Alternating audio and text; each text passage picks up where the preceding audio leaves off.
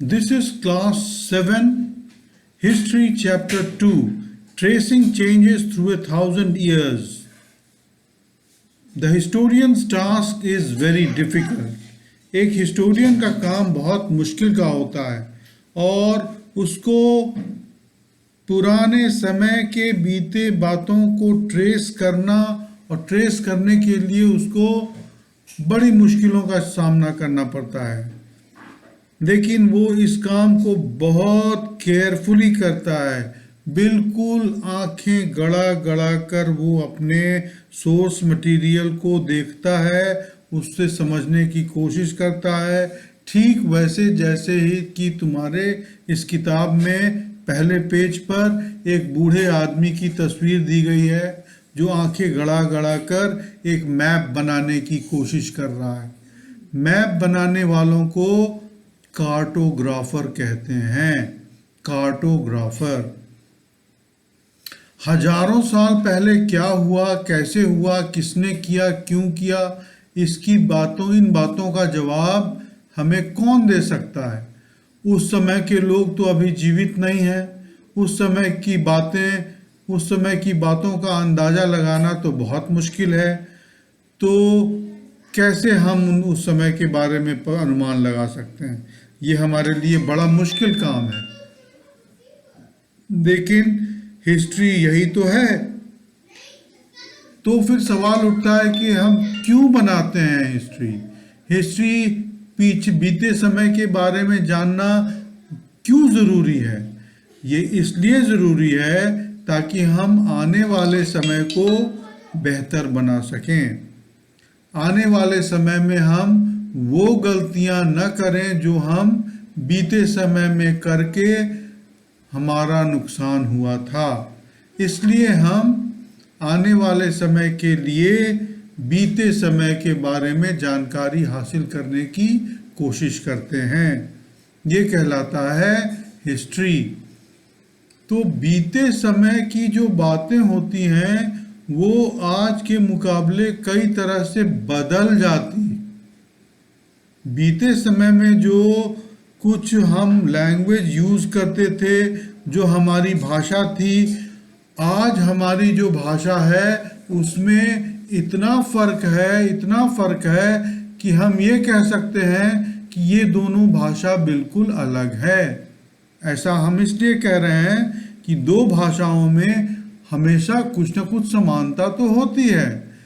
तो पीछे बीते हजारों साल के पहले की भाषा से आज की भाषा अगर हम कंपेयर करें तो इतनी बदल गई है कि ये आज की भाषा बिल्कुल अलग है उस पुराने समय की भाषा से।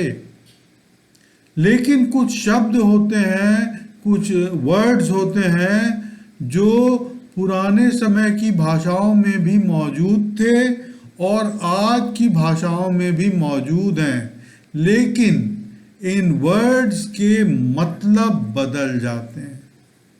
जैसे पुराने समय